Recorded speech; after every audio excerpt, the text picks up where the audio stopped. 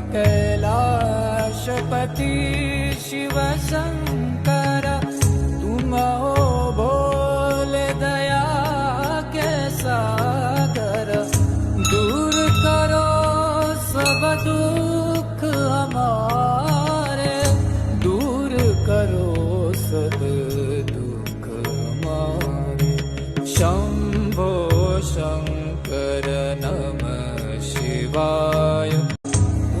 कैलाशपति शिव शंकर, तुम हो भोले दया के सागर। दूर करो सब दुख